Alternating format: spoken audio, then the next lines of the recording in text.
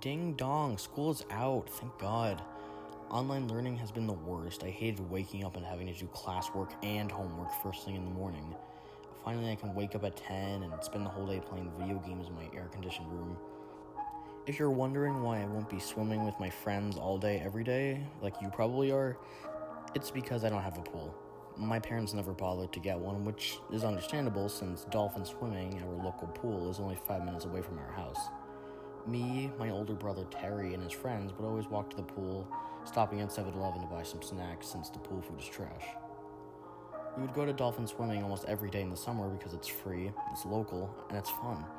Terry and I love swimming. Started a few years ago when we went to Great Wolf Lodge in Pennsylvania. The huge indoor water park was our first family vacation, and we adored every second of it.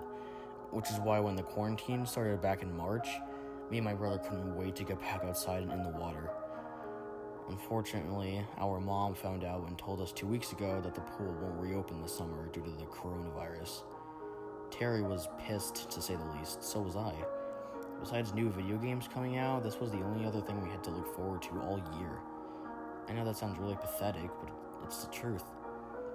So I thought I was going to be spending my entire summer inside, until Terry came to me with his plan.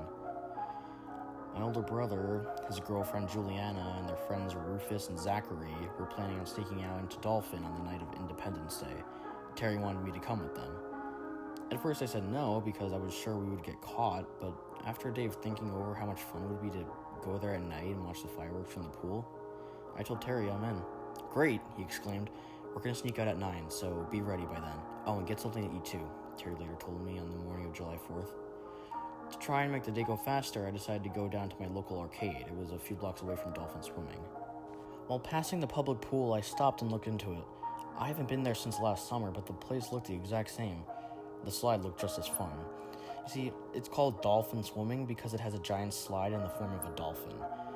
You walk up the stairs behind it, lay down and cross your arms, and then flow down the dolphin's tail, body, and then out of the mouth into the main pool. It's very fun, and that's why so many people in the town love it. I eventually got to the arcade and spent pretty much the entire day there. I ate pizza, drank way too much soda, got pushed around by some jerk named Roman, but most of all, I got to play my favorite arcade games I've missed in quarantine, like Pac-Man, Area 51, and Journey to the Echoes. When it started to get dark, I went back home and got ready, putting on my bathing suit and grabbing a bag of chips. When it turned 9, Terry brought me to the backyard where we hopped the fence. He was much better than me. I simply fell into a pile of mud I was trying to avoid. Terry laughed like a goon, of course, but I didn't really care. I was too excited to be going back to Dolphin Swimming. On the way there, we ran into Rufus throwing a soda bottle away, so he started to follow us. When we got there, Juliana and Zach were leaning on Zach's car, laughing about something.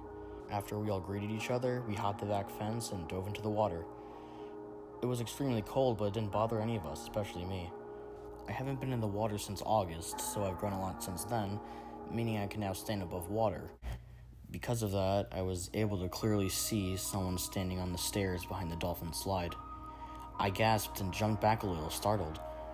It was a dark, bald figure with lanky arms and a really smooth head. I couldn't see any of their body features, not even the eyes. I was terrified. Who was this? A security guard? My dad? I turned around and saw the older kids messing around, clearly not noticing the figure. I didn't want to ruin their fun, or mine, but someone caught us breaking in. We needed to go. Terry? I called out. He and Juliana looked over to me.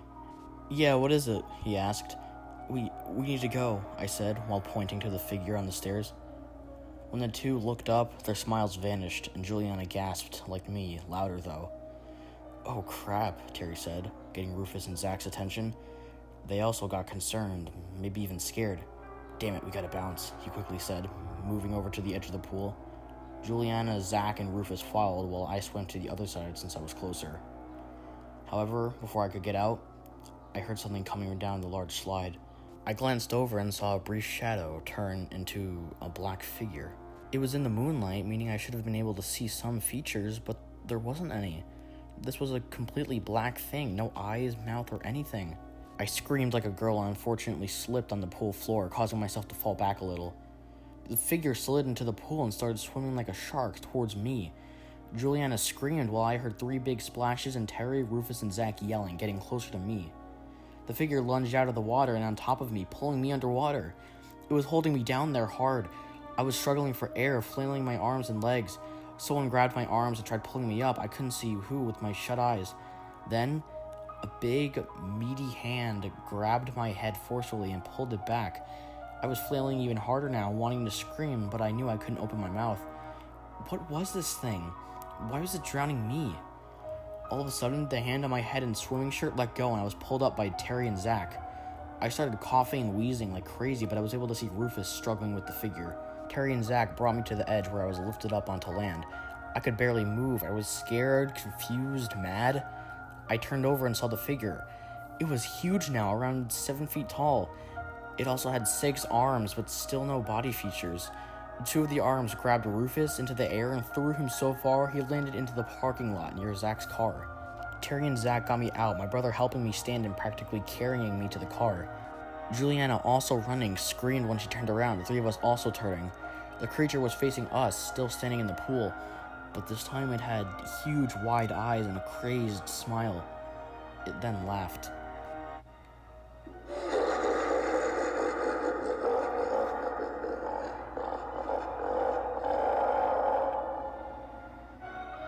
We made it to the truck, Juliana and I getting inside before Terry and Zach ran over and carried the unconscious Rufus inside too. When we were all inside, Zach started the car, but then screamed when the monster came charging at us, running on all 6s towards the car. I was no longer out of it and was screaming too. It broke the fence and lifted the front half of the car up, it now directly lining up with the thing's eyes. Everyone was screaming except for Rufus, of course, all of us probably thinking we were going to die. Then, for some reason, police sirens came into our ear, followed by flashing lights. We all stopped for a second, thinking and assuming the monster would put us down and run away. But it didn't. It still kept staring at us with its wicked smile. Looking back on it now, the thing didn't leave because it probably didn't know what the police were. It wasn't a human after all. Also looking back, we figured out that it was probably a neighbor or someone walking by who heard us screaming and called the police. When we heard the sirens loud and clear, 2 doors open and 2 guys screaming, Zach actually opened his car door and jumped out. Juliana next, then Terry jumped out of the passenger seat and next to me. He grabbed me and Rufus, sliding out the way Juliana did. I cringed my eyes and assumed this would hurt, but it was only like a 1-foot drop since we weren't fully on the ground. I forgot about that due to the situation. Out of Terry's grip, I saw 2 male police officers shooting at the thing. I looked up and saw the thing turn to the police and throw Zach's car towards them. Luckily, they ducked, but Zach's car smashed into the cruiser, creating a small explosion and fire for both cars. Without even seeing him, Terry squeezed my arm and pulled me as we ran away. When we got home, my parents were still asleep, and the July 4th fireworks started.